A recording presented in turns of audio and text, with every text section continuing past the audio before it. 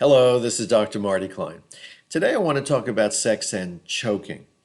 Dr. Debbie Herbernick's latest research from the Kinsey Institute shows that an astounding number of young people are engaged in choking, actually strangling, during sex.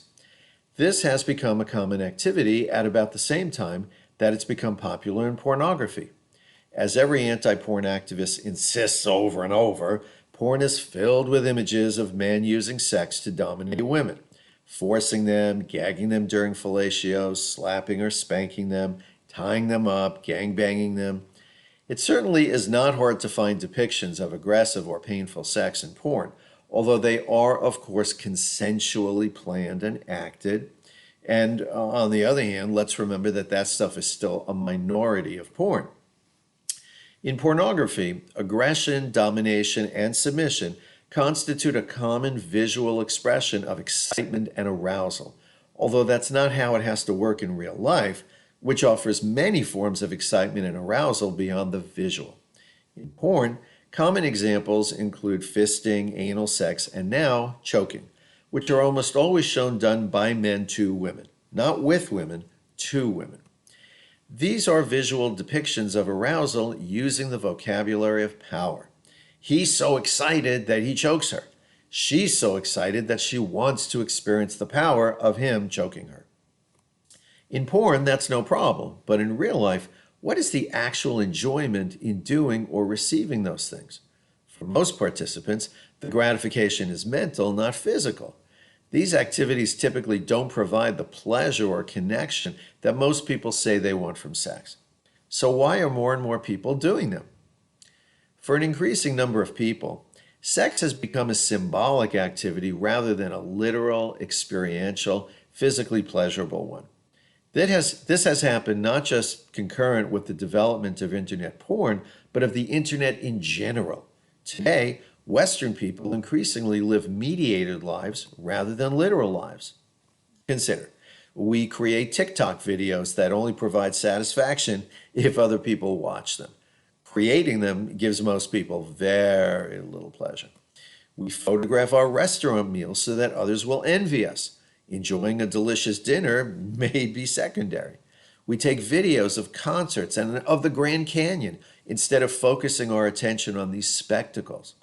In fact, when I was at the Nazi death camp in Auschwitz a few years ago, I saw dozens of tourists taking smiling selfies in front of the gas chambers. They were more interested in recording and representing their trip rather than experiencing it. And now we do the same with sex. It's often something we perform more than something we lose ourselves in. Self-consciousness has become so common, has become such a common cultural vocabulary that we don't entirely realize it when it replaces authentic experience. And power is a central dynamic in the sexual performance. Too many people are trying to emulate examples of intense sex from porn or books like 50 Shades of Grey, expecting their satisfaction to come from successfully duplicating various staged activities that symbolize arousal rather than experiencing arousal directly. And so rather than caress, kiss, tease, giggle, smell, and look, people are resorting to activities that they only enjoy symbolically, like anal sex. It is dry in there, less pleasure for both. It's an unlikely way for women to climax, and it's very difficult to manage for anyone with a shaky erection. Of course, lubrication will make this more comfortable, but for most heterosexual couples, anal sex is not about pleasure. And that's my point. Choking, for the choker, the satisfaction is in demonstrating domination or passion rather than actually enjoying something. For the person being choked, it can represent success in inflaming a partner's desire.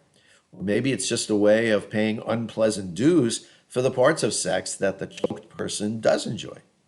Fisting, inserting a hand into a vagina or rectum, it's difficult, it's scary, and it's rarely on a woman's bucket list.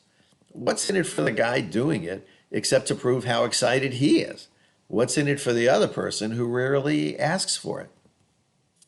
In such circumstances, these activities are like breaking into a liquor store to prove you have the nerve to do it and leaving without taking cash or liquor.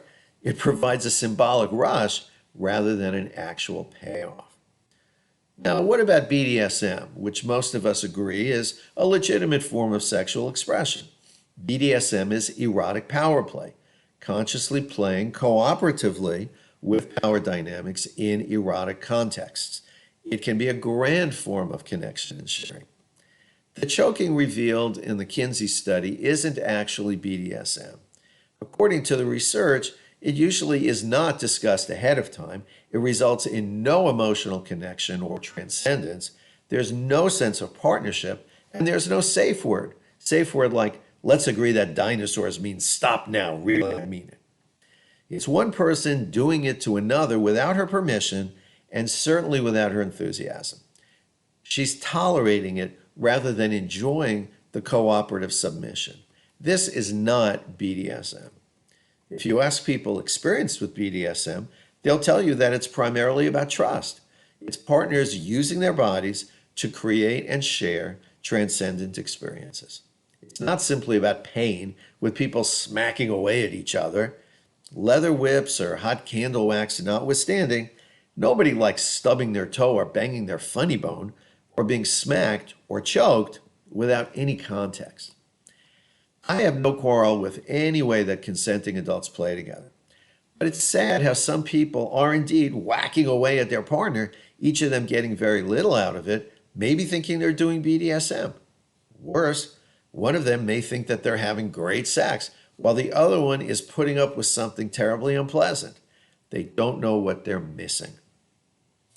Getting someone to submit to something that they find uncomfortable or insulting and getting no transcendence, no communication or connection, no trust, well, that's just a shame. Why would anyone insist that someone else have that experience? If the main reason is to say, look what I got that person to do, that's sad. If it's, I love expressing my anger using another person's body, that's scary. It's people like that who give BDSM a bad name. And why would someone suddenly being choked during sex for the first time and disliking it, getting nothing from it, just trying to endure it, why would that person not tell their partner, hey, don't do that again unless I explicitly ask for it? If it's the familiar, I put up with it because all the other women do it, or that's what all the guys want, or I don't want to seem like a prude, well, there's someone who would benefit from some new emotional skills before having sex again. Too many people don't seem to truly enjoy physically pleasurable sex without the clumsy power dynamics, which is really a shame.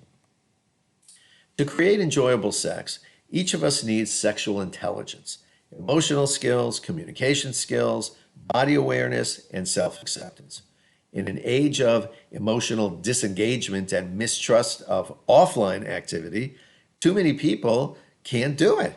Today's incessant attention to gender identity and sexual orientation is no substitute for those four skills. What good is knowing what gender team you belong to if you can't physically enjoy the sensations of sex, including trust and relaxation? There are too many people hiding behind non-traditional sexual activities like choking and anal sex. When they ultimately don't get the results that they want from it, they blame their partner, or they blame all women, or they blame all men, or they say sex is overrated, or they worry about their performance. Mind-blowing sex is not about pushing for intensity, going faster, harder, deeper. It's about the opposite, going slowly enough that you feel everything, looking so closely that you see everything, smelling and tasting in a deliberate fashion. It's not about the isolation and the loneliness that come from achieving or tolerating. It's about the opposite, feeling connected, whether to a partner, the universe, or both. Superficially, conscious and sensory-focused sex can't compete with the flashing lights and intermittent dings of our phones and the internet. I really do believe that one reason younger people aren't as interested in partner sex as young people were 30 years ago is that real sex can't compete with the unlimited stimulation of today's smartphones. Stimulation which comes with absolutely no effort. Real sex takes attention, not work, but attention. Participation, if you will. Today's young people are skeptical that that kind of sex can really be worth the effort. And if they don't know how to create it, they're right. I'm Dr. Marty Klein. Thanks for joining me. If you'd like to get dinged every time I publish one of these video quickies, just press the red button at the bottom of the screen. Thanks.